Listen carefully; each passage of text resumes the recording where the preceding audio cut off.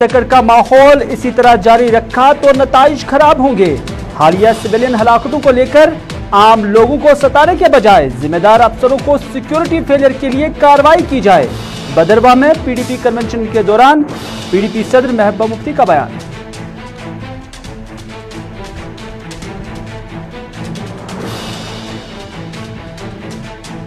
श्रीनगर में आज भारतीय जनता पार्टी वर्करों ने इंतजामिया के खिलाफ किया एहतजाज। कहा मुंतखबा नुमाइंदों को दी जाए सरकारी रिहाइश। डिप्टी कमिश्नर साहिबान पर भी लगाए नजरअंदाज करने के इल्जाम।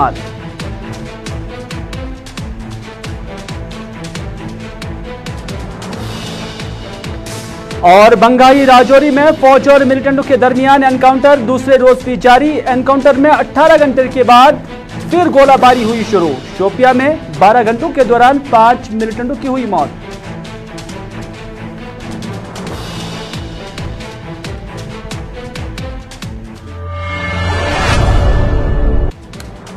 नाज़रीन, आप देख रहे हैं प्रोग्राम ग्राउंड रिपोर्ट। मैं हूं आपका मेजबान मीर हिलाल हांजुरी। श्रीनगर के स्टूडियो से बराह रास्त और ग्राउंड रिपोर्ट में मुख्तलिफ खबरें आया चाहती हैं, क्योंकि भारतीय जनता पार्टी की जानब से आज श्रीनगर के अंदर एहतजाज भी किया गया। और आपको याद भी रखना होगा कि सरकार भारतीय जनता पार्टी की ही है। एनकाउंटरों का सिलसिला भी लगातार जारी है।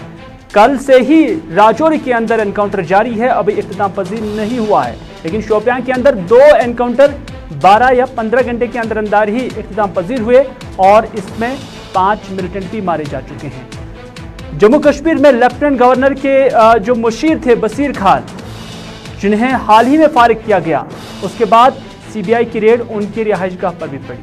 मामला क्या था वो भी आप तक पहुंचाएंगे, लेकिन इस सब के बीच महबूबा मुफ्ती का वो बयान जो आज उन्होंने बदरवा के अंदर दिया है और सीधे उन्होंने सरकार पर इल्जाम लगाया और सरकार को तनकीद का निशाना बनाया, क्योंकि सरकार चाहे दिल्ली में हो या जम्मू कश्मीर के अंदर जो लेफ्टिनेंट गवर्नर इंतजामिया है, ये बार बार कहती है कि जम्मू कश्मीर के अंदर हालात नॉर्मल है।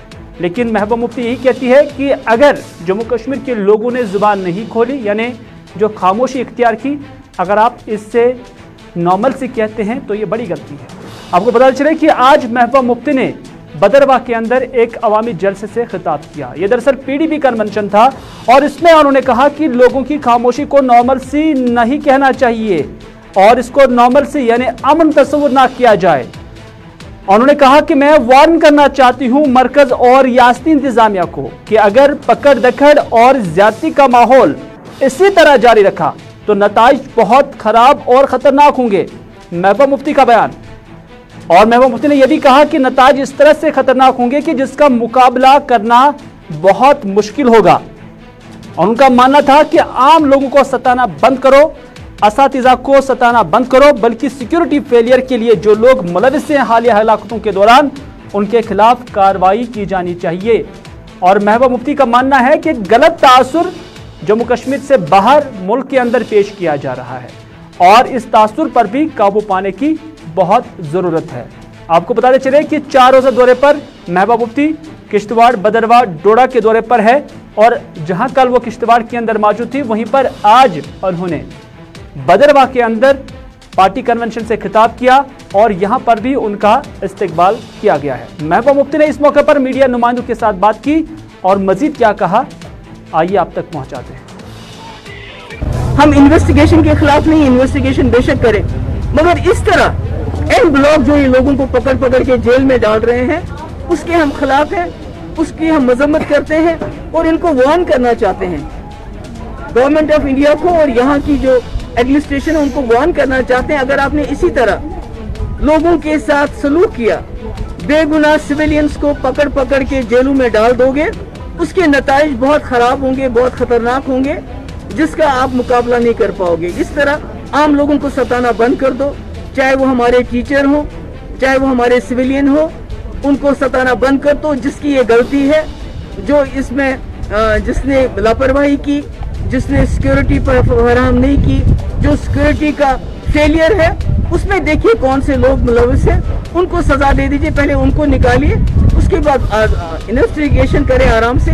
जिस तरह से आपने लोगों को पकड़ रखकर शुरू की है, ये बहुत गलत है, इसकी मैं मजम्मत करती हूँ। 2018 से तो हम ये सह रहे हैं, मेरी पार्टी में रखा ही क्या है इन्होंने सब। आपने देखा महबूबा मुफ्ती का बयान पकड़ दकड़ बंद कर देना चाहिए क्योंकि इससे माहौल खराब हो सकता है। लेकिन आज भारतीय जनता पार्टी के कारकुनों ने श्रीनगर के अंदर एहतजाज किया। लाल चौक से लेकर सिविल सेक्रेटेरिएट श्रीनगर तक उन्होंने एक रैली निकाली। हालांकि सवालात ये भी उठाए जाते हैं कि इस रैली को मुनक्कद कराने के हवाले से परमिशन किसने दी, क्या डिप्टी कमिश्नर ने परमिशन दी, क्योंकि कोविड-19 चल रहा है और इसमें 25 से ज्यादा अफराद को जुलूस निकालने पर पाबंदी है। लेकिन क्या यहाँ पर उस प्रोटोकॉल को फॉलो किया गया या जो कंसर्न डिप्टी कमिश्नर है या मजिस्ट्रेट है, क्या उनकी नज़र इस जुलूस पर नहीं पड़ी? नंबर 1। नंबर 2 कि भारतीय जनता पार्टी के लीडरान ही कश्मीर के अंदर सिचुएशन को नॉर्मल बता रहे हैं, लेकिन आज यही वर्करान श्रीनगर के अंदर ही आए थे और तिरंगा लहराकर उन्होंने यही कहा कि यहाँ जितने भी मुंतखबा मुख्तलिफ पार्टियों के लीडरान हैं, जो पंच है, सरपंच है, डीडीसीज हैं, बीडीसीज हैं, उन्हें श्रीनगर के अंदर एकोमोडेशन दी जानी चाहिए थी, लेकिन उन्हें वहां से फारिग किया गया है, महरूम रखा गया है। अब उन्हें यही कहा जाता है कि डिस्ट्रिक्ट हेडक्वार्टर्स पे ही वो सिक्योरिटी हासिल करे और वहीं पर उन्हें एकोमोडेशन भी दी जाएगी। लेकिन उनका मानना है कि जब मुतल्लिका डिप्टी कमिश्नर्स का हम रुख करते हैं तो वहां से कोई जवाब नहीं मिलता है, लैतोलैल से काम लिया जाता है और इस तरह के इल्जामात आज जो बीजेपी वर्करान हैं उनकी जानब से लगाए गए। हालांकि हाल ही में जो डिविजनल कमिश्नर कश्मीर है उन्होंने कहा कि मुख्तलिफ जो कंसर्न लोग हैं जिन्हें एकोमोडेशन की जरूरत है उन्हें ऑन बोर्ड लिया गया, उनके साथ मुलाकात की गई, उनके साथ मीटिंग की गई और सिर हासिल बहस के बाद इस नतीजे पर पहुंचा गया कि डिप्टी कमिश्नर्स को चाहिए कि वो उन्हें एकोमोडेशन फराहम करें। लेकिन 5 के 5 प्रोग्राम में जो अल्ताफ ठाकुर है भारतीय जनता पार्टी के तर्जुमान, उन्होंने कहा कि किसी को भी ऑन बोर्ड नहीं लिया गया। यहां तक कि उन्होंने ये भी इल्जाम लगाया है कि सूबाई इंतजामिया उनका कॉल रिसीव करने भी गवारा नहीं समझता है। तो इस तरह से आज उन्होंने यहां पर इल्जामात अपनी ही सरकार पर लगाए, क्योंकि सवालात ये भी उठते हैं कि क्या उन्होंने मुतल्लिका इंतजामिया के साथ ये मामला नहीं उठाया, क्या उन्होंने बीजेपी जो आला कमांड है उनके साथ ये मामला नहीं उठाया, होम मिनिस्ट्री के साथ जहां पर अमित शाह साहब दाखिला वजीर है क्या उनके साथ नहीं उठाया, या कि फिर ऐसे वर्करों की अभी चलती नहीं है। क्योंकि मैसेज पब्लिक के अंदर यही चला गया है कि जिन लोगों को इन्होंने चुना, जब वो अपना सेफगार्ड नहीं कर पाते हैं, जब वो अपनी डिमांड्स मनवाने में नाकाम रहती हैं, तो फिर आम लोगों का भला कैसे हो सकता है। फिलहाल आज उन्होंने श्रीनगर के अंदर एहतजाज के दौरान क्या कहा, आपकी नजर करते हैं। देखिए, आज हम प्रोटेस्ट इसलिए कर रहे हैं कि जो हमारे इलेक्टेड रिप्रेजेंटेटिव हो, चाहे वो किसी भी पार्टी का हो, उनको श्रीनगर में अकोमोडेशन दी गई थी, लेकिन बदकिस्मती से उसको डिहायर करके उनको कहा गया कि आप कंसर्न डिस्ट्रिक्ट में चले जाए। लेकिन जहां हमने वहां अप्रोच किया कंसर्न डीसी के साथ, वहां कोई अकोमोडेशन नहीं है और कंसर्न डीसी गवारा भी नहीं करता है उनका फोन उठाने के लिए। वो बड़ी बुरी हालत में सड़कों पे हम गवर्नमेंट से यही अपील करते हैं कि उनकी अकोमोडेशन को बाहर। चलिए, अकोमोडेशन का मुतालबा कर रहे हैं कि अगर आपने जिला स्तर पर ही अकोमोडेशन फराहम करने की बात की तो फिर उसे अमली जामा भी पहनाया जाए, क्योंकि इस तरह की शिकायतें अब भारतीय जनता पार्टी भी कर रही है। इससे पहले बाकी अपोजिशन की जो जमातें थी वो करती आई हैं, लेकिन अब उनके साथ सुर से सुर, ताल से ताल भारतीय जनता पार्टी के वर्करों ने भी मिला है। लेकिन अगली खबर में हम बात करते हैं जम्मू कश्मीर के अंदर हालात की, वाक़ात की और साथ ही साथ एनकाउंटर्स की, क्योंकि राजौरी के अंदर भी 2 दिन से एनकाउंटर चल रहा है और शोपियां के अंदर 2 एनकाउंटर बताया जा रहा है कि खत्म हो गए हैं और इसमें कैजुअल्टीज भी हुई हैं।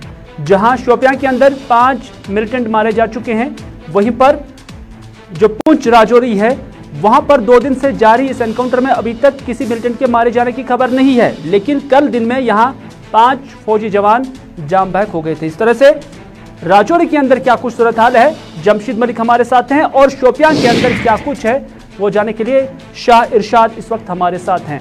दोनों का खैर मकदम करते हैं। जमशीद, पहले आपसे जानना चाहेंगे, कल से जारी एनकाउंटर में अभी तक क्या अपडेट है, क्या ये इख्तिताम पजीर हुआ या गोलियों का तबादला अभी भी जारी है? फिलहाल दिन भर जिस तरह देख रहे थे तो दिन में हैवी शेलिंग दोबारा शुरू हुई थी, मगर एक तरफा की गई थी, मिलिटेंटों की तरफ से कोई जवाब नहीं दिया गया। पर थोड़ी देर पहले हमारे पास एक खबर फिर आई है कि फिर सेना की तरफ से सर्च ऑपरेशन के दौरान फायरिंग की गई है, मगर आगे से फिर जवाब नहीं आया।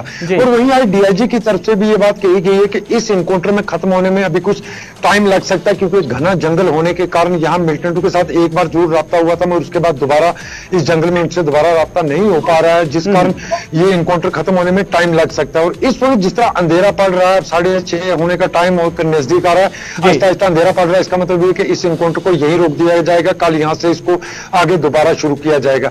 जिस तरह की इस इलाके की हालत है या जैसा जंगल है, इससे ये हम कह सकते हैं कि इस इनकाउंटर को खत्म होने में अभी कुछ दिन और लग सकते हैं, क्योंकि कल ही इस इनकाउंटर में जहां 5 फौजी जहां बाग हुए थे और एक शदीद तौर पर जख्मी हुआ था जिसको एयरलिफ्ट किया गया था। फिलहाल खबर यही है कि शायद इस एनकाउंटर को हॉल्ट पे रखा जाएगा, क्योंकि घना जंगल है और कल इससे फिर से रिज्यूम किया जा सकता है। जमशीद के साथ ही शाह इरशाद भी इस वक्त हमारे साथ है। इरशाद, आपसे जानना चाहेंगे, शोपियां के अंदर भी एनकाउंटर हुए, 2 एनकाउंटर हुए हैं अलग अलग जगहों पर, और हम देख रहे हैं कि तुल्डन हो या फिर ही पूरा हो, 5 मिलिटेंट के मारे जाने की खबर है। क्या दोनों जगहों पर, क्योंकि तुल्डन में तो एनकाउंटर खत्म हो गया था, तो फेरीपुरा में क्या सूरत हाल है? बिल्कुल यार, मैं आपको बता दूं, अगर हम बात करें जो तुल्डन एरिया है वहाँ पे जो है कल 4 बजे जो है फौज ने वहां से चलाकर जो है एनकाउंटर किया, उसमें जो है 3 मिलिटेंट अभी तक जो है उसमें मारे गए। अगर इसकी पहचान हम करते ये जो हुई, ये जो है दानिश अहमद के नाम से, जो कि कापन शोपियान का रहने वाला, और जो है यावर अहमद जो कि पहली पोरा शोपियान का रहने वाला, और एक है मख्तार अहमद शाह जो कि गाजियाबाद डिस्ट्रिक्ट से बिलोंग करता था। अगर हम बात करें जो सुबह से एक एनकाउंटर शुरू हुआ है खीरीपोरा शोपियान में, वहां पे जो है 2 मिलिटेंट जांबाक हुए और ऑपरेशन खत्म हो चुका है जी। यानी दोनों जगहों पर ऑपरेशन खत्म हो गया शोपियान के अंदर। फिलहाल आप दोनों का बहुत बहुत शुक्रिया जमशीद पूरी जानकारी देने के लिए, और शाह इरशाद आपका भी बहुत बहुत शुक्रिया पूरी जानकारी शोपियान से देने के लिए। खबर यही है कि 5 मिलिटेंट इन 2 एनकाउंटर्स के दौरान मारे गए हैं, और जो राजौरी पूंछ के अंदर अभी एनकाउंटर चल रहा है उसको फिलहाल हॉल्ट पे रखा गया है।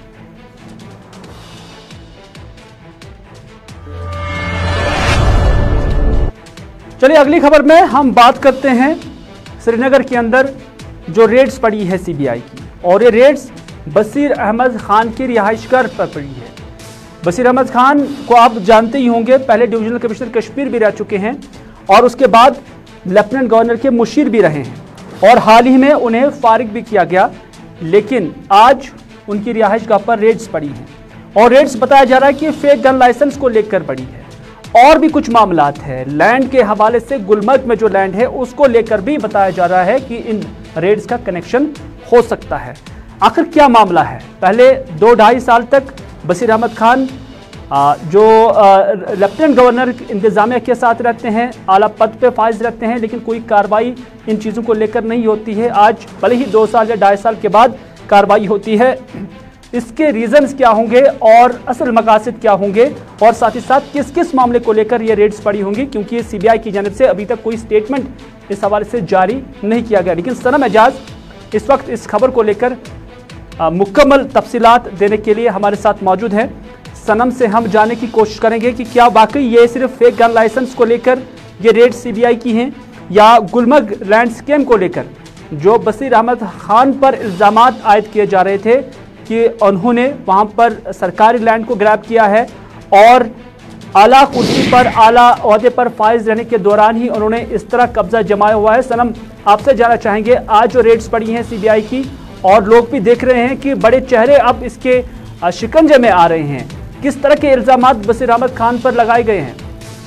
देखिए हिलाल, ऑफिशियल तौर पे कोई भी स्टेटमेंट जारी नहीं हुआ है, ना ही ऑफिशियल तौर पे कुछ बताया गया है। लेकिन जो न्यूज़ एजेंसीज ने सुबह सुबह खबर की थी उसमें उन्होंने लिखा था कि ये सीबीआई जो है गन लाइसेंस स्कैंडल में पूछताछ करी है। लेकिन आपको बताऊं, बसीर खान बरजुला के बुलबुल बाग के इलाके में रहते हैं, और सुबह जब उनके घर पे छापामारी हुई तो जम्मू कश्मीर पुलिस की जो डिफरेंट विंग्स हैं, उसमें CID भी है, उसमें CI की है, या लोकल जो पुलिस थाने की, वो सब उसको कोऑर्डिनेट कर रहे थे। तो फिर जहाँ वहाँ पहुँचने, चूँकि मीडिया भी पहुँचा हुआ था, फिर अंदर छापामारी होती तो बाहर पुलिस के अहदेदारों से, क्योंकि सीबीआई के लोग अंदर थे, ये दिल्ली से स्पेशल टीम आई हुई थी, यहाँ की जम्मू कश्मीर की सीबीआई नहीं बल्कि दिल्ली से स्पेशल टीम आई थी, तो वो अंदर थे। बाहर जो है बाहर बातें निकल के पूछताछ हो रही थी। जर्नलिस्ट लोग यूजुअली खंगालते तो खंगालते 3 बातें निकल के आई है। उन 3 बातों में पहला मामला ये है कि एक तो गन लाइसेंस का मामला है। गन लाइसेंस के डिप्टी कमिश्नर भी रहे हैं, उसके साथ साथ डिविजनल कमिश्नर भी रहे हैं, IAS रहे हैं, और उसके साथ साथ जम्मू कश्मीर में एडवाइजर के। तो जब ये डिप्टी कमिश्नर रहे तो इनके हाथों में भी कुछ गन लाइसेंस जो है वो इजरा हुए हैं, और उस मामले को लेके ये आज है। एक मामला वो था। दूसरा ये था कि जब ये डिप्टी कमिश्नर बारामूला थे तब गुलमर्ग में जो लैंड स्कैम हुआ था, लैंड स्कैम जिसमें इसका नाम भी आया था, जम्मू कश्मीर की विजिलेंस ऑर्गेनाइजेशन ने उसमें इंक्वायरी भी की थी। तब यहाँ पे विजिलेंस ऑर्गेनाइजेशन होता था, उनने इंक्वायरी की थी, और उस मामले को किसी हद तक बताया जाता है कि दबाया गया था। और दबाया क्यों गया था? बताया जाता है कि तब जम्मू कश्मीर की सरकार ने इन्हें बचाने के लिए इनके ब्रदर मुनीर खान को एज ए विजिलेंस जो है IG यहाँ पे तैनात किया था, और फिर उनके कहने पे इनका जो सारा मामला है वो गोल किया गया। CBI उस मामले को भी खोल रही है, और उस मामले को भी खोलते हुए उन्होंने कुछ पेपर्स वगैरह भी कलेक्ट किए हैं, और उस मामले से भी पूछताछ। और तीसरा बड़ा मामला है, दो साल पहले मुनीर खान के बेटे की शादी हुई है, और वो शादी लगभग 1 हफ्ते से लेकर 10 दिन तक चलती रही, और उसमें मुल्क के मुख्तलिफ इलाकों से बड़ी तादाद में जो मेहमान थे वो कश्मीर भी बुलाए गए थे, रिसेप्शन वगैरह बाहर भी हुआ था, उसके जो बाकी फॉर्मेलिटीज़ हैं वो मुल्क से बाहर हुई थी, और बताया जाता है कि करोड़ों रुपए उस पर पानी की तरह उस पर पैसा बहाया गया है। तो उस मामले में भी बशीर खान से बताया जाता है कि CBI पूछताछ करी है कि वो जो आपने शादी की, उस शादी में जो पैसा इतना खर्च आया वो कहाँ से किया, और कश्मीर के जिन होटलों में बुकिंग थी, जो गेस्ट की बुकिंग थी, चूँकि उन होटल से भी उस वक्त जो है वो डॉक्यूमेंट उनके जो गेस्ट लिस्ट है वो लाई गई है, उस पर भी है। और बहुत कुछ ये भी कहते हैं कि कुछ होटल्स में रजिस्टर एंट्री नहीं हुई थी गेस्ट की, वो एज ए फ्री तौर पे भी दिए गए थे। बशीर खान ने उनसे भी वो हासिल किए थे, और इल्ज़ाम है कि वो एक तरह से अपने ओहदे का नाजायज इस्तेमाल करते हुए बशीर खान ने उन होटलों में अपने गेस्ट को ठहराया हुआ था। तो इन 3 मामले में जो श्रीनगर में आज इंक्वायरी हो रही थी, उस दौरान जो पुलिस है, जो CID है, या दूसरे जो इदारे हैं, उनसे पूछताछ, उनसे बातचीत के दौरान निकल के आया है। लेकिन ऑफिशियल तौर पर क्या था उसका भी इंतजार है। चलिए, ऑफिशियली अभी कोई कंफर्मेशन नहीं मिली है। सनम एजाज बता रहे थे कि कौन कौन सी चीजें हो सकती हैं, कौन कौन से इल्जाम हो सकते हैं जिस पर ये रेड्स पड़ी होंगी, क्योंकि आज 1 हफ्ता पहले ही उन्हें एडवाइजरशिप से पहले फारिग किया जाता है। उस कनेक्शन में भी अगर देखा जाए तो वाकई लग रहा है कि मुअर्रज़ इल्ज़ाम इससे ठहराया गया है, और इस दौरान जैसा कि सनम ने कहा कि अलग अलग तरह के इल्ज़ामात उन पर आयद किए गए हैं, लेकिन फिलहाल ये इल्ज़ाम ही है, और साथ ही साथ CBI की जानब से अभी इसकी कोई तस्दीक नहीं की गई है कि किस कनेक्शन में ये चीज़ें की गई, लेकिन ज़राए के हवाले से इस तरह की खबरें रिपोर्ट की गई हैं। और अब देखने वाली बात होगी, क्योंकि एक हाई प्रोफाइल मामला है, और हाई प्रोफाइल स्कैम को लेकर इस तरह की खबरें आ रही हैं, उस पर क्या पेश रफ्त होगी वो आने वाले वक्त में ही देखी जा सकती है।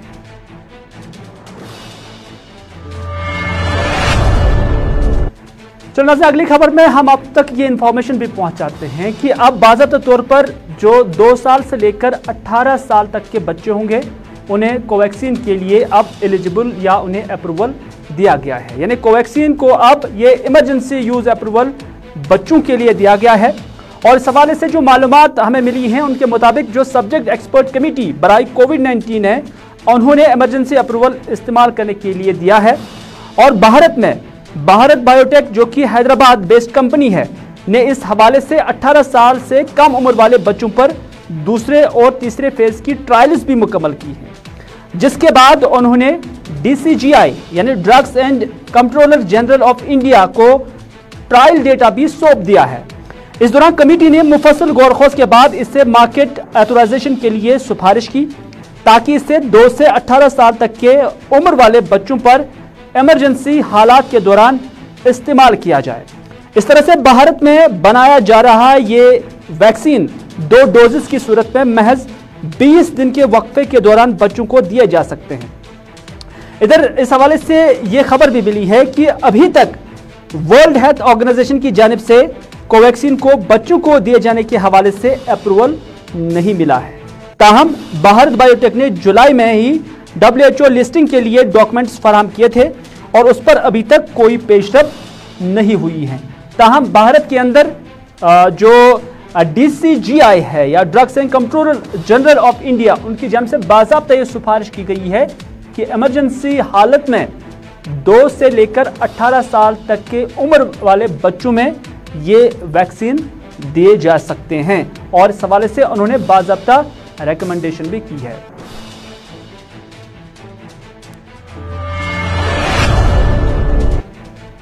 नाज़रीन, खबरें और भी आया चाहती थी लेकिन ग्राउंड रिपोर्ट का जो वक्त है वो यहीं पर इख्तिताम पजीर हुआ है।